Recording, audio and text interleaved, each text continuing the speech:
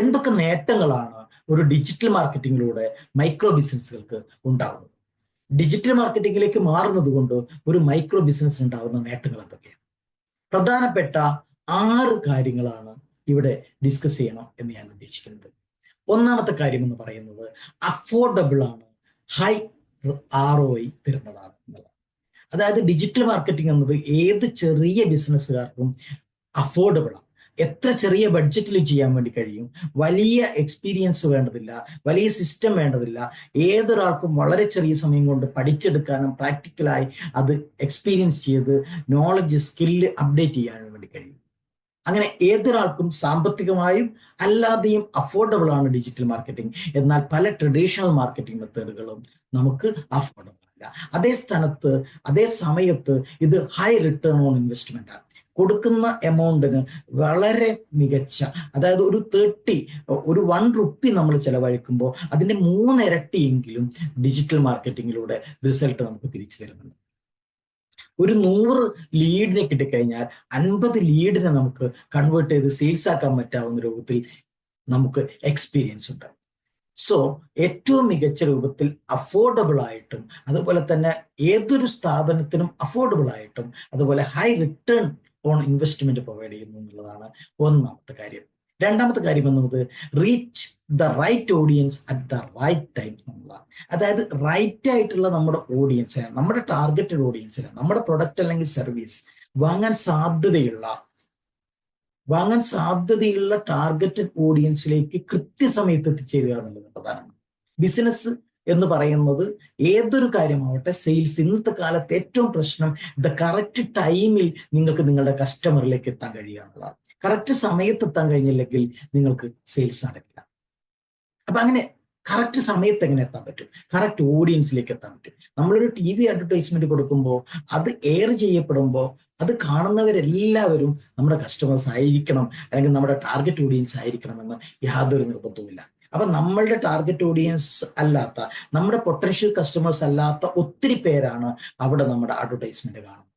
പക്ഷെ ഇവിടെ നമ്മുടെ പൊട്ടൻഷ്യൽ കസ്റ്റമർ ഏതാണെന്ന് കൃത്യമായി തിരിച്ചറിഞ്ഞ് ഏത് പെയിൻ പോയിന്റിനെയാണ് നമ്മൾ അഡ്രസ് ചെയ്യുന്നത് എന്ന് മനസ്സിലാക്കി, ആ പെയിൻ പോയിന്റ് ഉള്ള കസ്റ്റമറെ അവരുടെ ഓൺലൈൻ ബിഹേവിയർ മനസ്സിലാക്കി അവരെ മാത്രം സെലക്ട് ചെയ്ത് നമുക്ക് അവരിലേക്ക് അഡ്വർടൈസ്മെന്റ് എത്തിക്കാൻ കഴിയുന്നു എന്നുള്ളതാണ് ഡിജിറ്റൽ മാർക്കറ്റിംഗിന്റെ സവിശേഷത. അപ്പൊ the right audience at the right time എന്നുള്ളതാണ് ഡിജിറ്റൽ മാർക്കറ്റിംഗ് മൈക്രോ ബിസിനസ്സിനെ സംബന്ധിച്ച് കൊടുക്കുന്ന രണ്ടാമത്തെ നേട്ടം, രണ്ടാമത്തെ ബെനിഫിറ്റ് എന്നത്. മൂന്നാമത്തെ കാര്യം എന്താ? ലീഡ് ജനറേഷനും അതുവഴി സെയിൽസും ബൂസ്റ്റ് ചെയ്യാൻ ഡിജിറ്റൽ മാർക്കറ്റിംഗ് സഹായിക്കുന്നു. ഏറ്റവും മികച്ച രൂപത്തിൽ നമുക്ക് ലീഡ് കിട്ടണം. നമ്മുടെ പ്രൊഡക്റ്റ് അല്ലെങ്കിൽ സർവീസ് വാങ്ങാൻ സാധ്യതയുള്ള കസ്റ്റമേഴ്സ്, അങ്ങനെയുള്ള സാധ്യതയുള്ള കസ്റ്റമേഴ്സാണ് ക്വാളിറ്റി ലീഡായിട്ട് മാറുന്നത്. അപ്പോൾ നമുക്ക് ഒരു ചെറിയ ഏരിയയിലാണ് നമ്മൾ ഓപ്പറേറ്റ് ചെയ്യുന്നതെങ്കിലും നമ്മളുടെ പ്രൊഡക്റ്റ് അല്ലെങ്കിൽ സർവീസ് അത് വാങ്ങാൻ സാധ്യതയുള്ള ലക്ഷക്കണക്കായ ഉപഭോക്താക്കൾ നമ്മളുടെ ഏരിയക്ക് പുറത്തുണ്ട്. അപ്പൊ ഓഫ്ലൈൻ മാർക്കറ്റിങ്ങിനകത്ത് അല്ലെങ്കിൽ ട്രഡീഷണൽ മാർക്കറ്റിങ്ങിനകത്ത് ആ ഒരു ലിമിറ്റഡ് സ്പേസിനകത്തേക്കാണ് അത് പോകുന്നതെങ്കിൽ, നേരത്തെ പറഞ്ഞതുപോലെ ഇന്റർനെറ്റ് ഉള്ള ലോകത്തിന്റെ ഏത് കോണിൽ, ഇന്റർനെറ്റ് അവൈലബിൾ ആയ ലോകത്തിന്റെ ഏത് കോണിലേക്കും നിങ്ങൾക്ക് ഒരു ബിസിനസ് സാധ്യത തുറന്നു തരുന്നതാണ് ഡിജിറ്റൽ മാർക്കറ്റിംഗ്.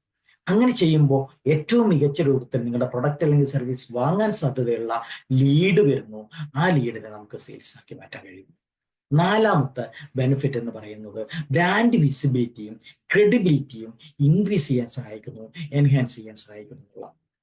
ഒരു പക്ഷെ ഇന്ന് നമ്മളുടെ ഒരു പ്രദേശത്ത് മാത്രം അറിയപ്പെടുന്ന നമ്മളുടെ ഒരു കൊച്ചു ബ്രാൻഡ്, നമ്മളുടെ ഏരിയയിൽ മാത്രമാണ് നമ്മൾ ബിസിനസ് ചെയ്യുന്നത്, അവിടെയുള്ള കസ്റ്റമേഴ്സ് മാത്രമാണ് നമ്മളുമായി എൻഗേജ് ചെയ്യുന്നത്. പക്ഷെ നമ്മൾ ഇതിനെ ഡിജിറ്റലൈസ് ചെയ്യുന്നത്, ഡിജിറ്റൽ മാർക്കറ്റിംഗ് ഉപയോഗിക്കുമ്പോൾ ഒരു പക്ഷേ ലോകത്തിന്റെ അങ്ങേക്കോണിൽ അമേരിക്കയിലെ വാഷിങ്ടൺ നഗരത്തിൽ ഇരിക്കുന്ന ഒരാൾക്ക് പോലും നമ്മളുടെ അഡ്വർടൈസ്മെന്റ് എത്തിക്കാനും അതുപോലെ അതിലൂടെ നമ്മളുടെ സെയിൽസ് എത്തിക്കാനും നമുക്ക് കഴിയുന്നതാണ്. നമ്മുടെ വിസിബിലിറ്റി കൂടുന്നു.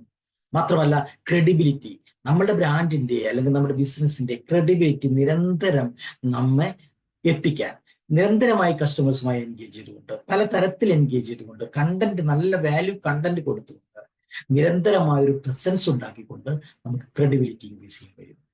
അഞ്ചാമത്തെ കാര്യം എന്ന് പറയുന്നത് ഓട്ടോമേഷനും AI നമ്മളുടെ സമയത്തെ ഒത്തിരി സേവ് ചെയ്യുന്നു എന്നുള്ളതാണ്. അതായത് ഒരു ട്രഡീഷണൽ മാർക്കറ്റിംഗ് അകത്ത് അതൊരു ന്യൂസ് പേപ്പർ അഡ്വർടൈസ്മെന്റ് ആകട്ടെ, അതൊരു ആഡ് കോപ്പി ക്രിയേറ്റ് ചെയ്യുന്നതാവട്ടെ, പ്രിന്റ് ചെയ്യുന്നതാകട്ടെ, ആ പ്രിന്റ് ചെയ്യപ്പെട്ട ന്യൂസ് പേപ്പർ ഡിസ്ട്രിബ്യൂട്ട് ചെയ്യപ്പെടുന്നതാവട്ടെ, ഇതൊക്കെ ഒത്തിരി സമയം ആവശ്യമുള്ള ഒരു കാര്യമാണ്. ഒത്തിരി സമയം ആവശ്യമുണ്ട്, ഒത്തിരി മാനുവൽ ഇന്റർവെൻഷൻസ് ആവശ്യമുണ്ട്. ഇവിടെ ഓട്ടോമേഷൻ പരിമിതമാണ്. എന്നാൽ ഡിജിറ്റൽ മാർക്കറ്റിങ്ങിനകത്ത് കൃത്യമായി നമുക്ക് ഗൂഗിൾ ആഡ്സ് ആവട്ടെ, മെറ്റ അഡ്വർടൈസിംഗ് ആവട്ടെ, സോഷ്യൽ മീഡിയ മാർക്കറ്റിംഗ് ആവട്ടെ, നമുക്ക് ഓട്ടോമേറ്റ് ചെയ്യാൻ വേണ്ടി കഴിയും. ആർട്ടിഫിഷ്യൽ ഇന്റലിജൻസിനെ ഏറ്റവും മികച്ച രൂപത്തിൽ ഉപയോഗിക്കാൻ കഴിയും. അതായത് ഒരു ആഡ് കോപ്പി ക്രിയേറ്റ് ചെയ്യുന്നത് മുതൽ, അല്ലെങ്കിൽ ആഡ് കോപ്പിയുടെ കൺസെപ്റ്റ് എന്തായിരിക്കണം എന്ന് തീരുമാനിക്കുന്നത് മുതൽ, ആ കൺസെപ്റ്റ് ഡെവലപ്പ് ചെയ്യുന്നത് മുതൽ, ആഡ് ഡെലിവർ ചെയ്യുന്നതും, ആ ലീഡ് മാനേജ് ചെയ്യുന്നതും, ഉള്ള സെയിൽസ് ക്ലോസ് ചെയ്യുന്നതും, finally post sales review collect ചെയ്യുന്നതും ഉൾപ്പെടെയുള്ള മുഴുവൻ ഏരിയയും നമുക്ക് ഡിജിറ്റൽ മാർക്കറ്റിങ്ങിന്റെ സാധ്യതകളിലൂടെ ചെയ്യാൻ വേണ്ടി കഴിയും. Finally measurable and scalable growth ആണ്. മെഷർ ചെയ്യാൻ കഴിയും. നമ്മൾ എന്ത് ആക്ഷനാണോ എടുക്കുന്നത്, അല്ലെങ്കിൽ നമ്മൾ എന്ത് ആക്ടിവിറ്റിയാണോ ഡിജിറ്റൽ മാർക്കറ്റിംഗിലൂടെ ചെയ്യുന്നത്, ഈച്ച് ആൻഡ് എവരി ആക്ടിവിറ്റി നമുക്ക് മെഷർ ചെയ്യാൻ വേണ്ടി കഴിയും. പക്ഷെ നമ്മൾ ന്യൂസ് പേപ്പർ അഡ്വർടൈസ്മെന്റ് കൊടുത്തു, എത്ര പേര് വായിച്ചു എന്ന് നമുക്ക് എങ്ങനെ? ആ ന്യൂസ് പേപ്പർ കമ്പനി പറയുന്ന അതിന്റെ സർക്കുലേഷൻ നമ്പർ വെച്ച് മാത്രം നമ്മൾ അതിനെ അനലൈസ് ചെയ്യേണ്ടി വരും. ഒരു TV ചാനലിൽ ഒരു അഡ്വർടൈസ്മെന്റ് വരികയാണെങ്കിൽ ആ TV ചാനൽ പറയുന്ന വ്യൂവർഷിപ്പ് കൗണ്ട് എന്നത് വെച്ച് മാത്രം നമ്മൾ അതിനെ അനലൈസ് ചെയ്യേണ്ടി വരും. പക്ഷെ മെറ്റ ആഡ്സിലേക്ക് വരുമ്പോൾ, അല്ലെങ്കിൽ ഗൂഗിൾ ആഡ്സിലേക്ക് വരുമ്പോൾ, എത്ര പേരാണ് നമ്മുടെ ഈ അഡ്വർടൈസ്മെന്റ് കണ്ടതെന്ന്, എത്ര പേരാണ് നമ്മുടെ അഡ്വർടൈസ്മെന്റിനോട് റിയാക്ട് ചെയ്തതെന്ന് നമുക്ക് മനസ്സിലാക്കാൻ കഴിയും. അതിനനുസരിച്ച് നമുക്ക് ഒപ്റ്റിമൈസ് ചെയ്യാൻ കഴിയും. എന്ന് പറഞ്ഞാൽ കൃത്യമായി നമ്മുടെ ഗ്രോത്ത് കൃത്യമായി സ്കെയിൽ ചെയ്യാൻ കഴിയുന്ന ഒരു സാധ്യതയാണ് ഡിജിറ്റൽ മാർക്കറ്റിംഗിലൂടെ മൈക്രോ ബിസിനസ്സുകാർക്ക് ലഭിക്കുന്നത് എന്ന് ചുരുക്കം.